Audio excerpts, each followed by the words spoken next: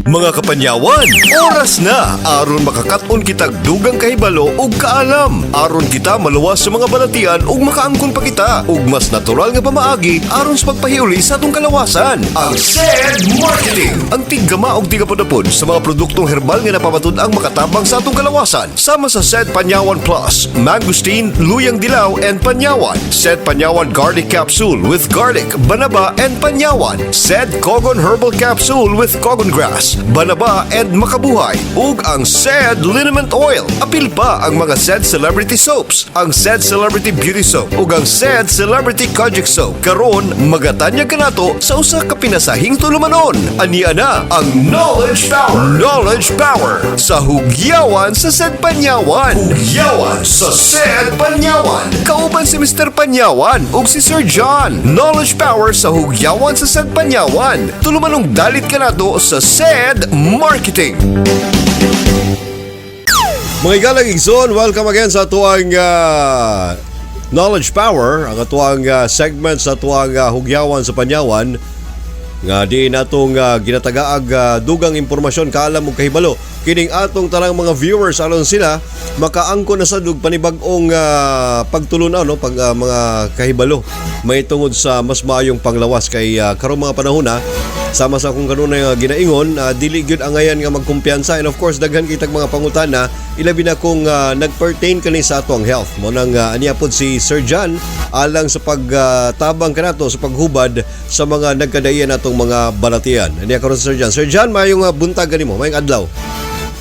Mayong adlaw kaninyo tanan no, Sir Rick, sa tanan natong mga tigpaminaw ug mga viewers. Sa atong talang mga viewers diha timani kanunay mga igalang igsoon nga kining atong Knowledge Power ang pamaagi aron makahatag kami kaninyo og dugang na pod nga informasyon para maampingan nato kanang imong lawas gamit ang mga produktong herbal nga ginama sa SED Marketing napamatudan nga 100% herbal, why side effects, why overdose and of course napamatudang makatabang gyud kini sa atong mga kalawasan. Bueno, Sir John, karong adlaw pagahisgutan nato kining usa ka matang sa balatian nga matud pa nila pwedeng ikapasa dili lamang sa imong mismong kapamilya kundi bisan pag kauban nimo sa imong trabaho and kung pananglitan na ikaw affected niini na ay mga symptoms nga murag kuyaw kayo no susama pananglitan sa lang sa mga nagkaon karon pagpangluwa sa dugo no kaning ginatawag nga tuberculosis tagay ko kog idea may tungod nini nga balatian and unsay mga maayong pamaagi nga pagabuhaton sa usa ka tawo nga adunay TB. Okay. Kining TB no o kaning PTB no, pulmonary tuberculosis. Usa kini ka klase sa balatian no dina sa tuang respiratory system o sa tuang baga ano. Actually ang mahitabo niini no is gina-stiffen niini ang atoang baga no.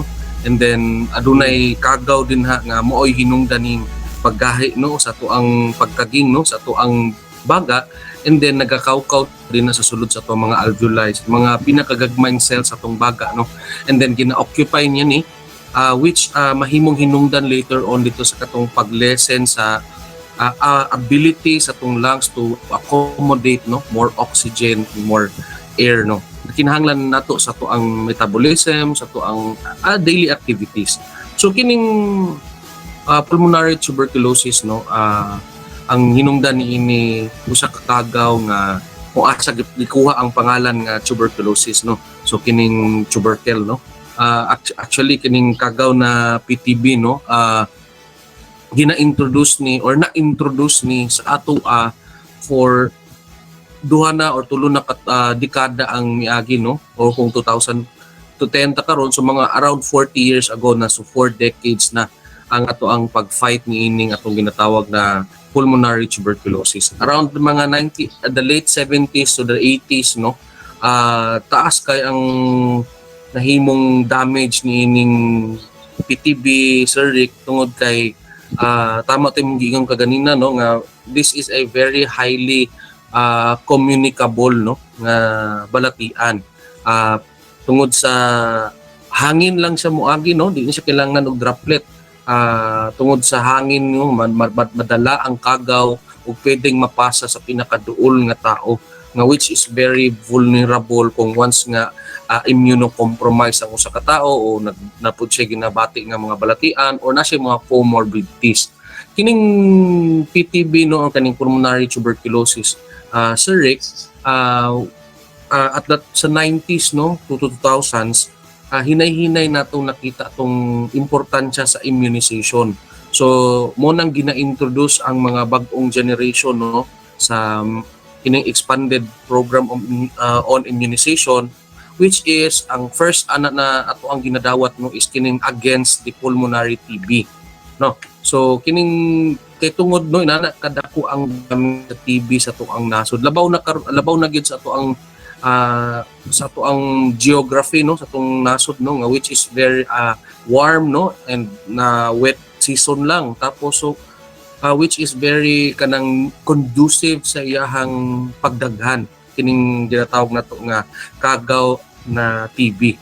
So kana siya sa brief history, Sir Rick, no kining matungod sa TB. So mostly kung moingon ta og unsa ba ang iyang mga presentation, mostly kining naay TB is nagagamay gid siya no, nagapayat siya. So tapos is na siya manginabati nga pag-ubo o syempre kay tungod kay sa to ang mahitabo mangud din sa tong respiratory system. Tapos katong ingon nato nga ang mga portrayal ani sa mga media is katong pagsugpa og dugo, tong pagluwa og dugo no sa mga naminaw din na karon no nagkaon. So kana no usa sa excuse lang gamay. So kana murag ang pagluwa og dugo mo na siya ang marag ginaingon nato na kani na tao nagasinati siya og kining ginatawag nato na pulmonary tuberculosis. Dugang lang nako sa mga kaigsunan nato diha karon nga naminaw o naglantaw ang mga usa sa mga matawag nato nga prominent or kanang timailhan no nga simptomas sa tuberculosis mo kanang pagpangsingot ug bugnaw ilabi na sa gabi and of course kanang pagpanglisod sa pagginhawa. Apil na niini ang kanang pag-angkon sa wheezing sound or kanang inig ginhawa nimo or baka inig ubo nimo aduna kay madunggan nga murag daw iring sa imuhang dughan nga gatingog tungod kay nakipot naman ang dagaydayan sa hangin sa atong mga baga nga diin mo'y usa sa mga hinungdan nga nung kita adunay pagtingog sa ato ang mga baga sa atong pagginhawa. Pwede sa nga kining pagkakulang sa imong gana sa pagkaon usapod kini siya sa mga matawag po nato nga posibleng simptomas tungod kay mas gina-accommodate sa imong lawas nga makaubo siya, maka-expel siya or makapagawa siya sa plema rather than of course kaning pag-angkon og kanang nutrisyon o pagkaon mga higalang igsoon.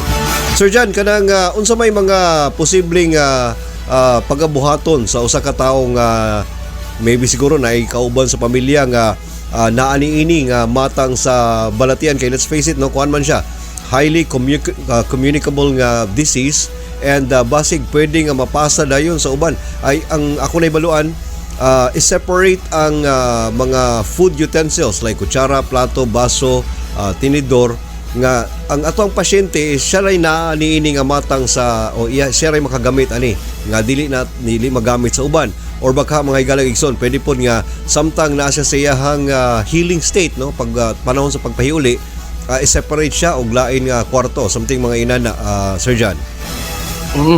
Kining pulmonary tuberculosis no Sir Rick no actually kailangan lang nato mahatagan no gamay ma-clear out lang nato tong mga una no the first stage of TB no kaning pulmonary tuberculosis pwede pa nato no gambuhaton tong mga pag-separate sa mga gamit, utensils and everything o bisan pag-separate sa yang room no or asa ba siya ibutan apan pag once nga madawat na niya ang first bulyada no sa treatment no kay actually ang usa ka adunay PTB no actually pwede na siyang makig-interact, pwede naman siya mosabay og katulog, pwede siyang mukaon sabay sa pamilya. Asa unlike no tong 1970s to 80s to the early 90s no nga ang TB gyud is very deadly ug wala pa tay means no to correct no or unsa na to para ma-diagnose and plus katong ma-treat no kining PTB. Apan at this tungod kay at this time ang good no Sir Rick no is very curable ang PTB. And then mo tong ginaawhag nato tanan no na once nga makasinati ganitag mga signs nga gipong gisulti ni Sir Rick ganina no kapapangkot sa kadlawon mga inana no or changes sa tong weight no o kanang walay undang nga ubo nindot yun na muduol gyud ta no sa mga professional og manon may bal-an nato tungod kay kining sakit sa TB is matubag na ni siya o ma-cure na ni siya. Actually kinahanglan na musunod lang ta for 6 months no tutok gamutan.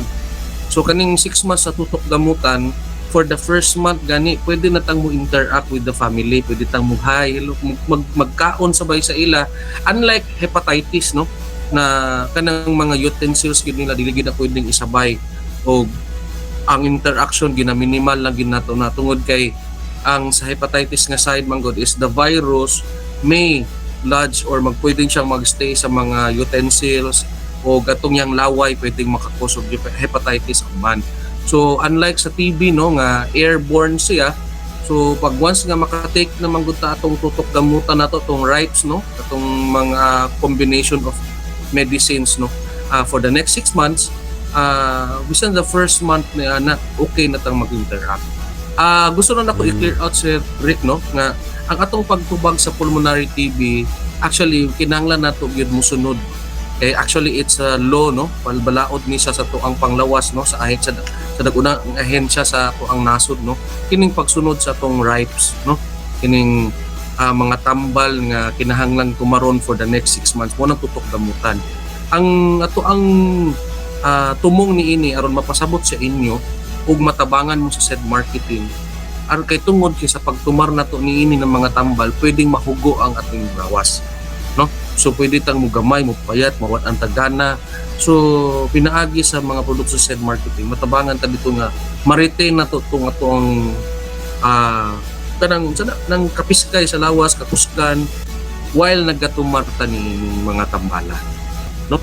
So atong patulugon ang kagaw sa TB no and then pinaagi sa mga produkto nga makatabang sa inyo ang lawas no na aron magpabilin siyang kusgan ug lig-on ang atong immune system ang atong baga ang atong lawas no. So kinahanglan nato na siyang buhaton aron ma-maintain na aron dili na mobalik yun ang katong ginatawag nato na pulmonary tuberculosis. Tagay ko tag maayong tumaron nga produkto sa said marketing Sir John nga mas makatabang alang sa katong mga kaigsunan natong biktima sa tuberculosis. Okay. Kining atong ko said panyawan with duyang dalaw and katong mangosteen no nindot kayo ni siya sa katong pagbangga no pagbangga dito sa katong degenerate meaning paghinay no kanang pagluya sa mga kaunuran nato. Once nga mo tumar na manggod tambal no kini atong tutok gamutan hinay-hinay pud na bisan katong mga good cells pwede siyang maigo no pwede siyang matanggal pati itong mga bisan katong mga good bacteria nga nasa tong normal flora pwedeng maapektuhan ni ini. So mo nang nindot pud no nga pinaagian ng pagtumar nato sa said panyawan plus mangosteen makontrol tungod siya mga antioxidants manggod no mga phytonutrients na pwedeng mo depensa sa mga good cells no o good na mga bakterya na kinahanglan nato aron nga mas kabilin tang himsog. So kana ang ako ang makuha no plus syempre kung sa night sweating sa apoy sa lawas sa magtrabaho no nindot pud kaayo nga mag-set liniment no aron sa makapainit sa tong lawas dili ta mamugnaw no tong ginakuha na to na every gabi magpurog ang pasyente ani no dahil tapos magsingot bisan gula gud siya wala giigang. So kana no makatabang na aron ma-relax ang atong lawas ug makapahulay ta. Bueno Sir John, wala namang kita igong oras ug panahon. Salamat ng gihapon sa kahigayunan nga imong gitanyag kanamo karon. Hinaut ta Sir John nga kaning atong mga listeners karon or mga viewers no na napoy nakatunan and makatabang kita alang kanila. Nindot yun kayo no nga sundan gid nila ning atong mga programa no aron nga direktang matubag ang ilahang mga pangutana ug mapaklaruhan sila sa ug matagan sila katinawan no sa ilahang mga kalibog sa ilahang mga ginabati silang panlawas.